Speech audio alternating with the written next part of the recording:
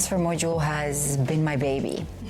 I am both honored and proud to be co-chairing this initiative together with our colleague Thomas Nitsch from Kynel Gates. What we have been trying to do is to find a sustainable way to securely transfer data across borders. And what we have seen so far is that companies mostly rely on adequacy decision, or in absence of adequacy decision, they rely on standard contractual clauses. And ever since 16th of July 2020, the cross-border data transfers, especially between the EU and the US, have been under a lot of strain.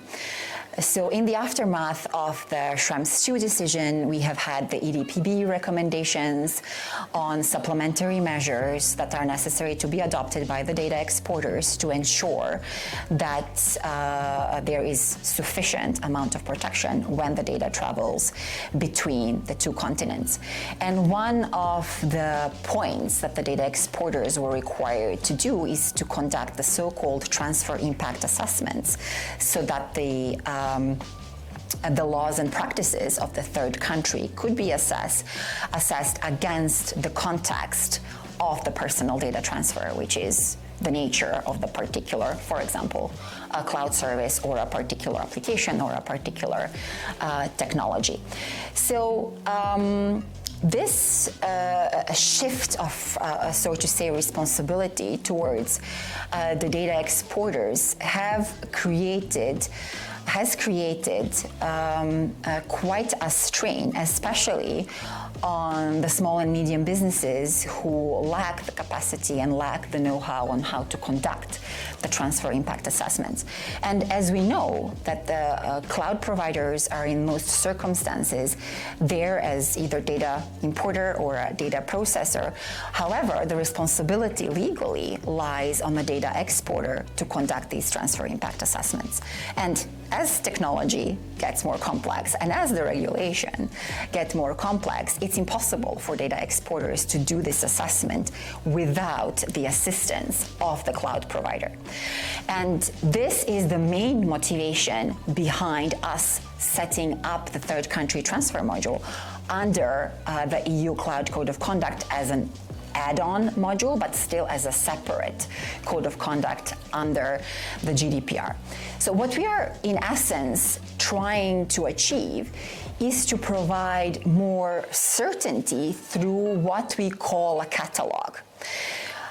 So what are the catalogs? The catalogs are predetermined personal data processing contexts, which are then assessed against the third country laws and practices, and as an output provide particular supplementary measures that are necessary to be adopted for this particular personal data processing context when personal data is transferred to a specific country. So what we really want to do is to simplify the overall effort that is there when we need to conduct the transfer impact assessments, which are now a mandatory part of the standard contractual clauses. So what is the benefit of the code of conduct, you may ask? So isn't it the same as standard contractual clauses with the transfer impact assessment on top?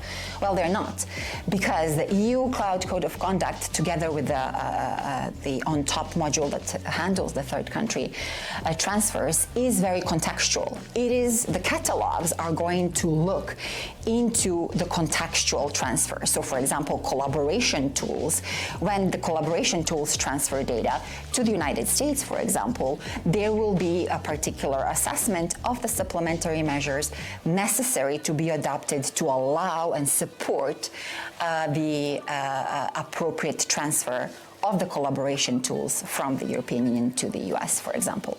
At the same time, for financial services or other security services that are not collaboration services, the catalogs are going to illustrate the same thing. So we are going to try and optimize as much as possible the contextuality, which is currently not present within standard contractual clauses, but is, however, required to be done by all the data exporters. This initiative is heavily influenced by the EDPB recommendations on the supplementary measures, and it's also influenced by the EDPB guidelines on codes of conduct as transfer mechanisms. We are happy to report that this autumn we are going to be sharing a first draft of the third country transfer module for public consultation throughout remainder of the year, and we would invite all of you to provide us feedback. International data transfers and cross-border data transfers have been one of those topics that the brightest mind of data protection network have been trying to solve. We have added something of our own approach and our own flavor, but are looking forward definitely to receiving various inputs from the broader community so that we all together can get this right.